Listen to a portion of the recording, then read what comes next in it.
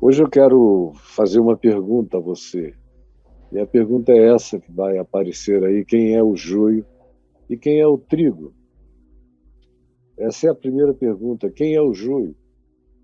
Quem é o trigo? O joio sabe que é joio? O trigo sabe que é trigo? E mais ainda, em que ambiente é que o joio e o trigo aparecem? Segunda pergunta é essa: em que ambiente o joio e o trigo aparecem? E a pergunta que também foi feita pelos discípulos foi: Senhor, tu não semeaste o trigo? De onde, pois, vem o joio?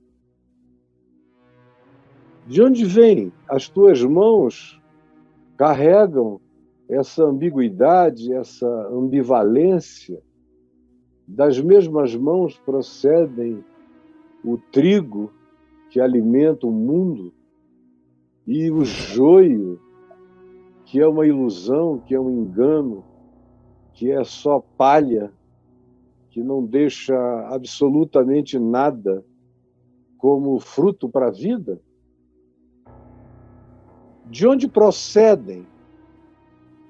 Será que da tua fonte jorra o que é doce e o que é amargoso? É das tuas mãos que procede de um lado o trigo, de outro lado o joio? Nós não entendemos essa ambivalência. É a pergunta que os discípulos fazem quando ouvem a parábola do joio e do trigo, que está aqui, narrada nos primeiros versos desse capítulo 13, a partir do verso 24, quando Jesus conta a história. E a história é de um homem que tinha o seu campo, seus servos, e plantava trigo. Só que na hora da colheita, apareceu algo que é completamente semelhante. É gêmeo. Para quem olha de fora, para quem olha de longe, parece que uma coisa é indiscernível em relação à outra, porque o olhar externo, o observador, aquele que dedica a sua intenção de discernimento para fins de separação, não consegue perceber o que é joio e o que é trigo, até chegar a hora da frutificação, até chegar o tempo da consumação. E a consumação se manifesta com a definição da frutuosidade.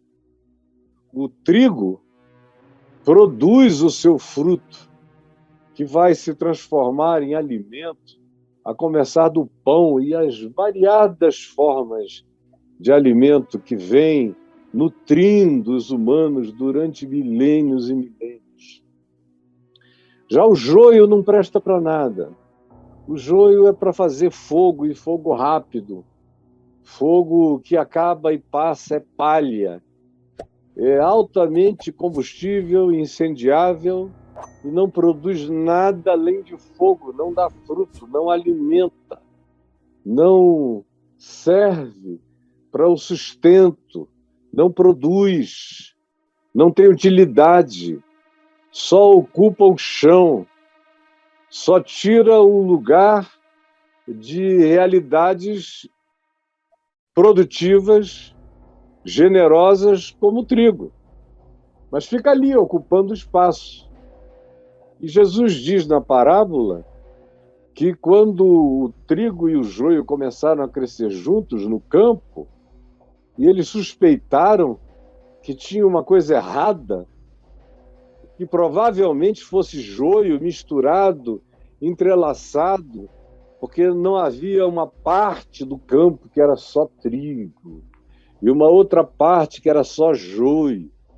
Não, eles se entremeavam, eles se misturavam, Havia trigo crescendo no meio do joio, e joio improdutivo crescendo e confundindo no meio do trigo, de modo que a coisa mais fácil era, na intenção de tirar o joio, alguém equivocado, apressadamente, viesse arrancar também o trigo.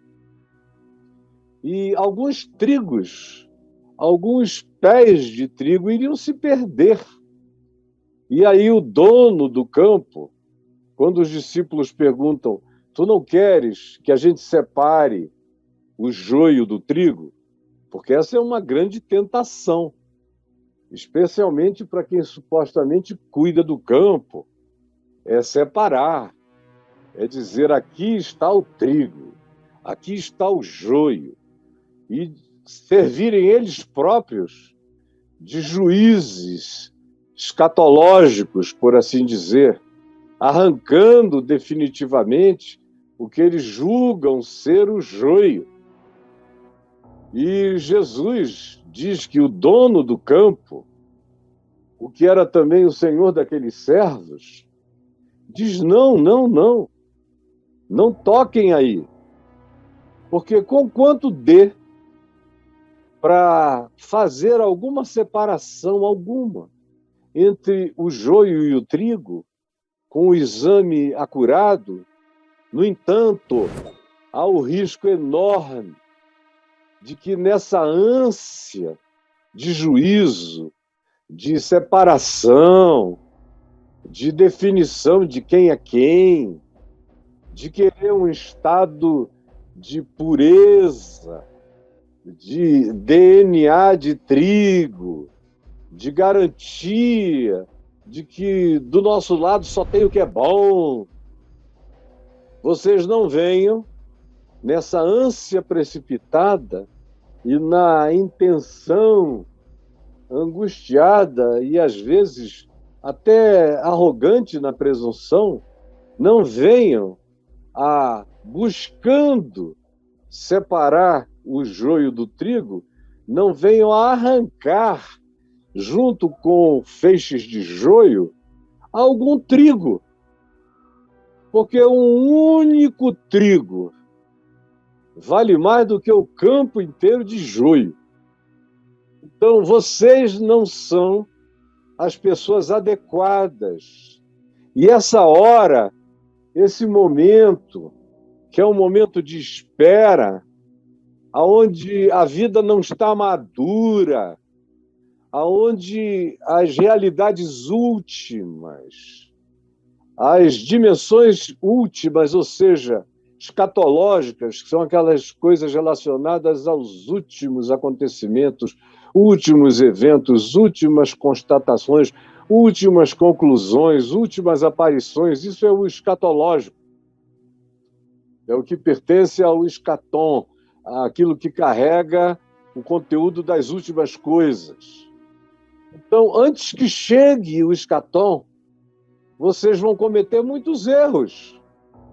Na pressa, na arrogância antecipadora de juízo, vocês vão projetar o olhar de vocês, a pressa de vocês, os paradigmas de vocês, e a vida não traz as coisas separadinhas.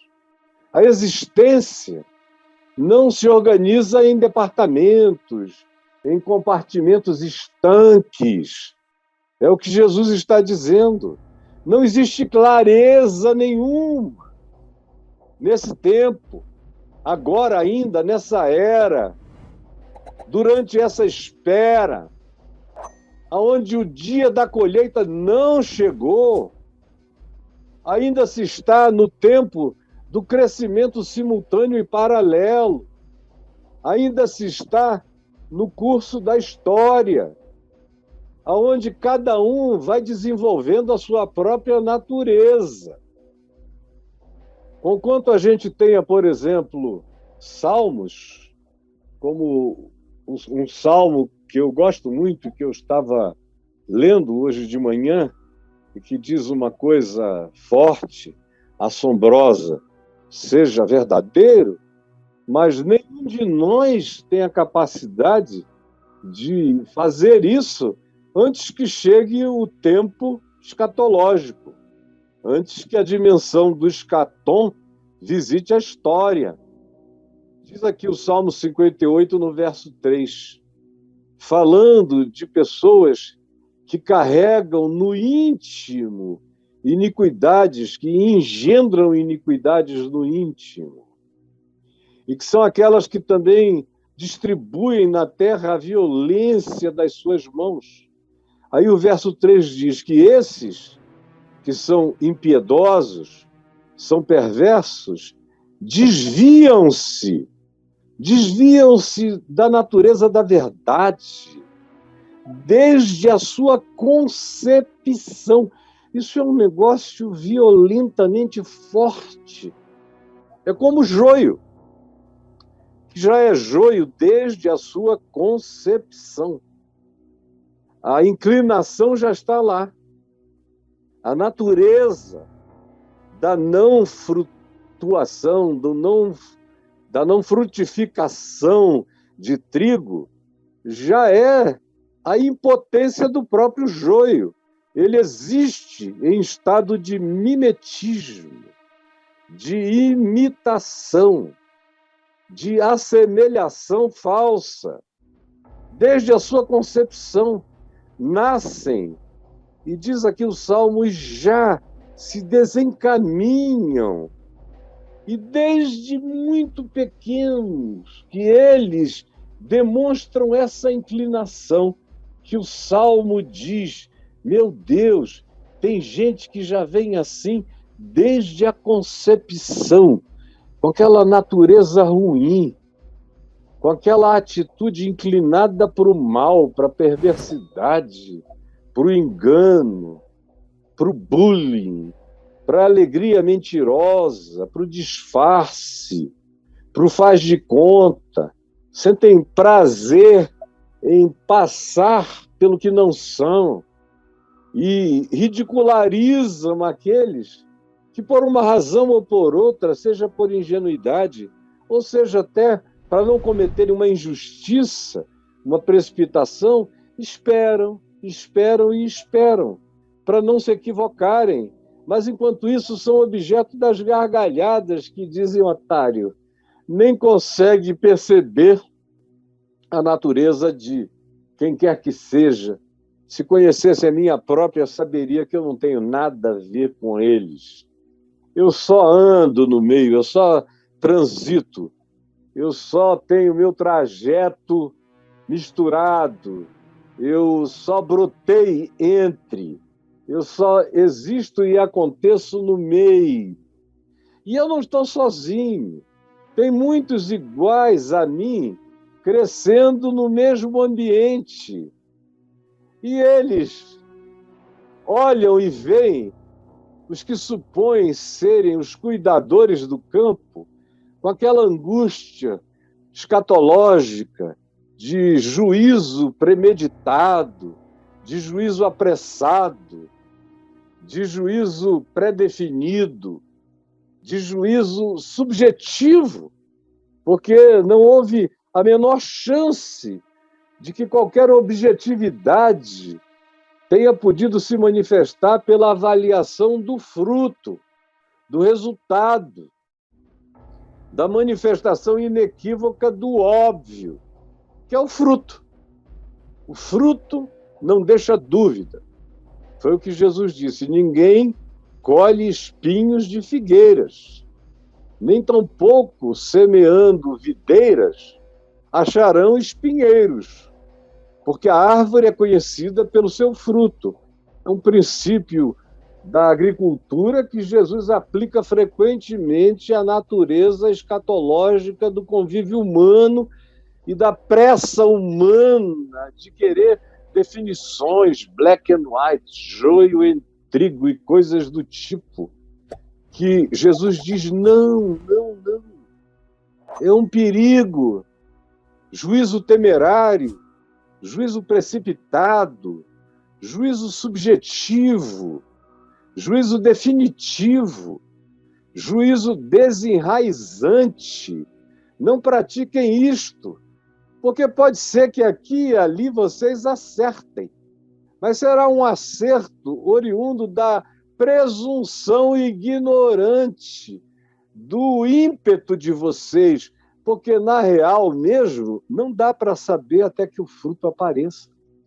E o risco é que vocês arranquem gente boa, tirem gente boa, porque trigo aqui é uma expressão para pessoas que dão o fruto da vida. E joio é uma manifestação e uma designação para pessoas que passam pelo mundo no engano, nas aparências, no fingimento, no mascaramento, na hipocrisia, que não produzem vida, que não são pés de pão, só são pés de palha. A sua raiz não é a raiz que cresce para gerar alimento, ela só cresce para produzir engano. Embora sejam extremamente parecidos, mas foi Jesus mesmo que disse: não julgueis segundo a aparência, mas segundo a verdade, segundo a reta justiça, segundo a natureza real. E para que vocês não cometam o equívoco de arrancar gente boa do chão da vida, só porque vocês confundiram com joio, com gente ruim, não pratiquem isso. Não é tarefa para homens, não é tarefa para discípulos, não é tarefa para crentes, não é tarefa para pastores, nem para padres, nem para sacerdotes, nem para conselhos espirituais, nem para presbitérios, nem para sínodos, nem para concílios supremos, nem mesmo o concílio de Jerusalém, Atos dos Apóstolos, tinha essa prerrogativa de definição. Ela nunca foi dada por Jesus a ninguém, nem a grupo algum, até que o fruto se manifeste. E aí, quando o fruto se manifesta, ainda assim, o que Jesus diz usando essa parábola do joio e do trigo é: mesmo nesse tempo, quando o joio se mostrar joio, porque não deu fruto nenhum, porque só gerou palha, ainda assim, essa não é a tarefa de vocês. Virão seres de outra dimensão, chamados de anjos, de mensageiros, mas são criaturas divinas, criaturas de Deus, criadas por Deus, antes da nossa criação, antes dos humanos, que não necessariamente habitam a linearidade cósmica do espaço-tempo, muitas vezes são seres multidimensionais e de outras dimensões, que têm os seus próprios nomes para Deus, mas os apelidos humanos dados divinamente a eles, por causa da basicalidade do entendimento humano, é apenas esse nome de mensageiros, anjos, mas originalmente são levadores de mensagens, carregadores de informação, são comunicadores, fazem esse papel mediador, medianeiro, trazendo mensagens, informações, como uma quantidade grande de textos bíblicos diz, que nós mesmos e os nossos antepassados receberam boas novas trazidas por anjos, por mensageiros multidimensionais que comunicaram a palavra e a revelação de Deus. Então, mesmo quando chega o tempo da maturidade, ainda assim, o que Jesus diz é isso: esperem. Esperem mais um pouco. Aguardem ainda mais. Ainda há o que esperar. E quando eu disser que é a hora, vocês não serão chamados para arrancar nada. Nem no momento escatológico mais definitivo. nem nas últimas coisas, nem na última hora. Vocês são apenas pessoas que cuidam do campo e que me trazem reports do campo, mas vocês não são aqueles que receberam o poder de trazer juízos finais, nem peremptórios, sobre ninguém, nem sobre coisa alguma. Julguem-se a si mesmos. Aquele que se julga a si mesmo já está fazendo um grande favor à existência. Aquele que se examina, aquele que se percebe, aquele que se encara, que se enxerga, já é uma pessoa que está colaborando com a vida, o que a maioria das pessoas não faz. A maioria não tem olhos que enxergam para dentro. A maioria só tem olhos que enxergam o outro para fora e julgam os outros para o lado de fora.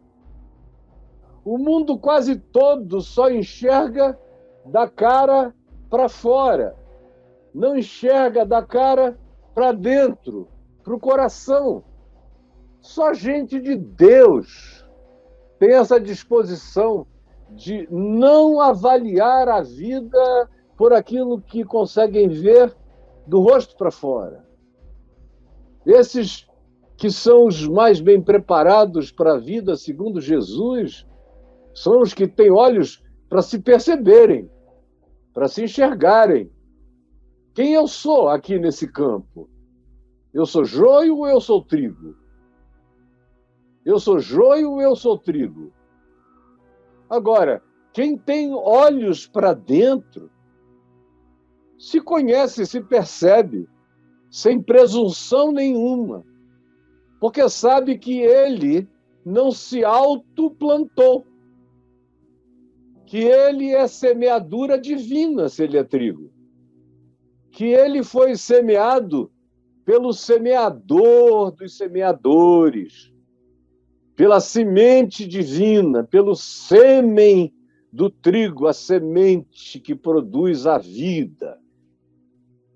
Quem é trigo, olha para dentro de si sem arrogância, com paz, e sabe de onde vem e por quem foi semeado. E com o coração quebrantado, cuida do seu próprio ser, da sua própria natureza, para não vir a cometer nenhum tipo de mimetismo corruptivo, como muitas vezes acontece na botânica. Quando você vê algumas plantas que se unem tanto a outras que acabam se fundindo e deixam de ser o que eram originalmente, não são mais o que eram e passam a ser o que não eram. Entram num estado de hibridização improdutiva. Já o joio sabe que é joio, sabe que não está aí para dar fruto, tem raiva de quem dá, só gosta de parecer ser, só gosta de se misturar com, só gosta de estar no meio de, só gosta de fato, confundir. E se alegra na perplexidade que causa, na mistura que produz. Mas no coração, ele é absolutamente cônscio da sua própria natureza mentirosa, enganadora, porque, como diz o Salmo, ele mesmo já nasce proferindo mentiras. E a sua inclinação já se manifesta desde os primeiros passos, muitas vezes porque já vem entortada desde a concepção. E é uma coisa dura de aceitar. Eu já tive as maiores dificuldades da vida para conseguir crer que existe gente que nasce e desde a concepção já vem estragada. Se não houver uma regênese, uma regeneração, se não houver um milagre absolutamente divino que não tem nada a ver com enxerto humano, com trabalho humano, tem que ser algo inexplicável até para o ser humano, o milagre que faça um ser que desde a concepção tinha uma inclinação perversa ser visitado pela voz que do nada tira a vida e do que é enganoso pode evocar verdades. Se não for por um milagre dessa grandiosidade, não tem psicologia que converta, religião que mude, não tem absolutamente nada disso para acontecer, porque, de fato, não existe poder na Terra para transformar joio em trigo. E aí, os discípulos ficaram tão chocados com essa ideia que chegaram para Jesus e disse: escuta, quem é que é o dono desse campo? Quem foi que semeou esse campo? Que ambiguidade é essa? Que ambivalência é essa? O que é o campo? Quem faz parte dele? Explica para a gente, porque isso nos deixou confusos. Provavelmente já tivesse gente ali, um olhando para o outro. Um olhando para o outro. Será que fulano é joio? Cada um olhando e dizendo: eu sei que eu sou trigo, mas será que fulano é joio? Ele tem umas coisas, não sei não. Esse Mateus foi publicano, trabalhando como coletor de impostos para os romanos tantos anos. Será que isso não foi só uma empolgação vir com Jesus, mas a inclinação perversa dele já não esteja instalada nele desde o início? Esse Pedro, tosco, grosso, cheio de palavrão, agressivo, impetuoso, o cara que briga fácil, é capaz de sair do braço, de puxar uma espada e fazer alguma loucura, praticar alguma violência, fala mais do que pensa. Será que ele não é joio, ao invés de ser trigo? Ou esse tal de João, que até Jesus apelidou com o irmão dele de Boanerges, filhos do trovão, de tão impetuosos, grossos, definitivos, cheios de juízos, superiores. Então começa um a olhar para o outro. Inevitavelmente, o grupo que recebe essa informação não olha para longe, olha bem para perto, olham uns para os outros, olham uns para os outros. Você está me entendendo? Assim como ontem eu falei aqui, daqueles que olham uns para os outros. E ontem nós passamos, eu mesmo, fiquei um tempo grande, depois da minha conversa com meu amigo Longini, no programa de ontem, falando sobre essa tentativa de concílios da Igreja Presbiteriana, e que já levaram documentação para o Supremo Concílio que haverá em Cuiabá, para ver se eles, nesse Supremo Concílio, separam o joio do trigo. E, nesse caso, o critério é: o joio é de esquerda e o trigo é de direita. O joio é da social-democracia e o trigo é do capitalismo e do liberalismo. O joio é desse pessoal que quer ter misericórdia pelo mundo, melhorar a vida dos pobres, socorrer os necessitados, dedicarem-se a isso. Isso aí é coisa de gente de esquerda. Isso é uma falsa compaixão. Mas nós sabemos que somos filhos do Rei, que não somos salvos pelas obras, mas pelo nosso acerto doutrinário. Então, nós somos o trigo posto à direita. E nós falamos aqui, eu falei 2h30 ontem, 2h40 a respeito dessa parábola sem mencioná-la. E aqui eu estou justamente nesse ponto em que os discípulos entram na questão. E eles entram com essa ânsia de definição, de separação, e com essa arrogância, com essa presunção de pensar que eles têm os critérios, que eles têm os paradigmas, que eles têm as réguas, que eles têm as mensurabilidades, que eles carregam o olhar da inevocabilidade, que eles são pessoas para além do engano, para além do equívoco. E aí querem dividir, querem separar, porque eles só olham da cara para lá e fazem julgamentos de uma precipitação louca, perversa, absurda, demoníaca, satânica. Nesse seu justicismo, eles realizam a vontade do diabo,